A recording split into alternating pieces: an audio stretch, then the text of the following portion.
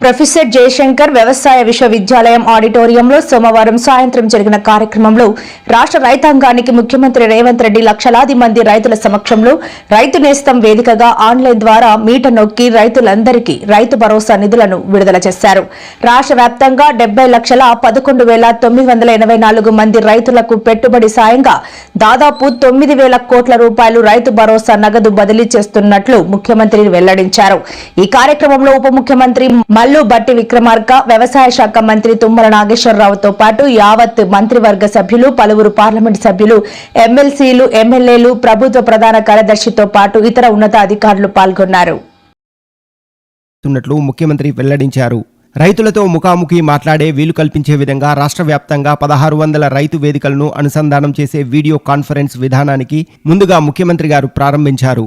Public meeting లో అన్న మాట, టెక్నాలజీ నేర్చుకోవాలంటే కొరియా, జపాన్ వెళ్ళాలి, మోడర్న్ ట్రెండ్స్ ఇన్ సివిలైజేషన్, నూతన నాగరికత పోకడలు తెలుసుకోండి యూరోపియన్ కంట్రీస్కి వెళ్ళాలి, మానవ బంధాల గురించి తెలుసుకోవాలంటే భారతదేశానికి వెళ్ళాలి అన్నాడు.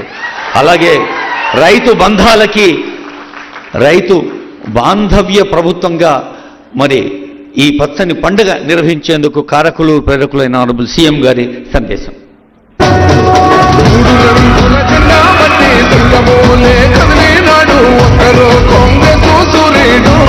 మన రేవంతన్నా నిక్కదీసి అడిగే మునగాడు,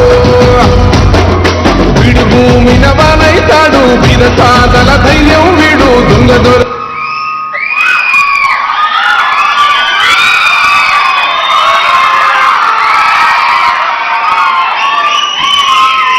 సభాధ్యక్షులు పెద్దలు, ఇందిరమ్మ రాజ్యంలో ప్రజాప్రభుత్వం రైతుని రాజుగా చేయడమే కాదు, వ్యవసాయాన్ని పండగ చేయాలన్న ఉక్కు సంకల్పంతో చేస్తున్న ప్రయత్నాన్ని ఆశీర్వదించడానికి విచ్చేసిన రైతాంగ సోదరులందరికీ కూడా మనస్ఫూర్తిగా కృతజ్ఞతలు, ధన్యవాదాలు తెలియజేస్తున్నా.